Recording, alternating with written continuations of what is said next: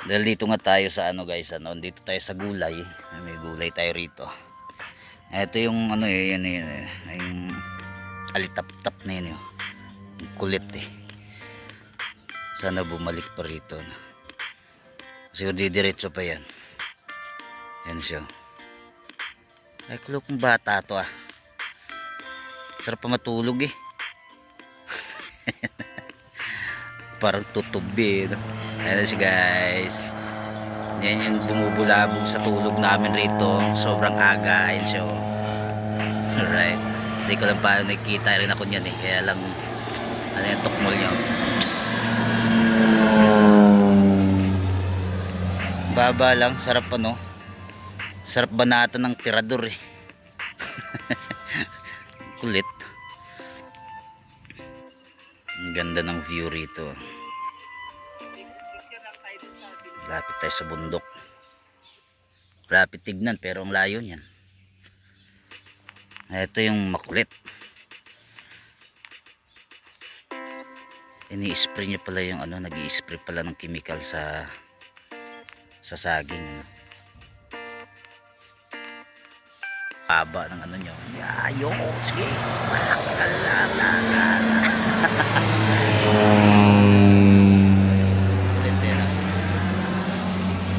Baba ng ano niya. Baba ng lipad mo.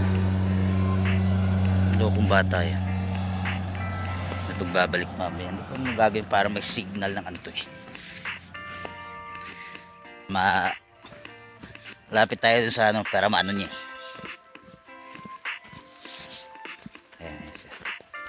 Lalapitan natin tapos sa baba tayo ay action ano.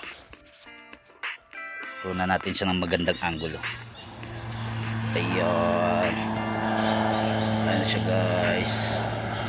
Ayan siya. Sige, tumbling mo. RP R4 1 4 2. Alright.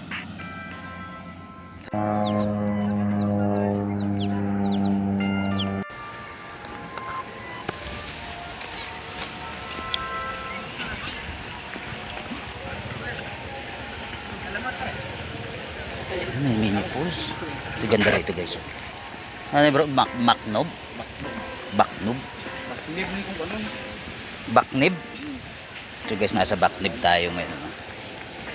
Dinala ko dito ng tropa. Meron daw ritong pools na ano. Itong ganda ng area.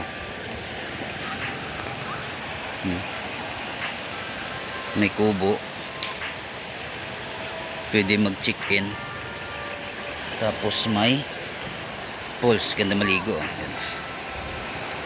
Ayan. Panalo no. So lugar natin is Baknib. Dalawang words yung ano, Baknib or Baknob, parang gano'n. Ganda. Lamig na tubig.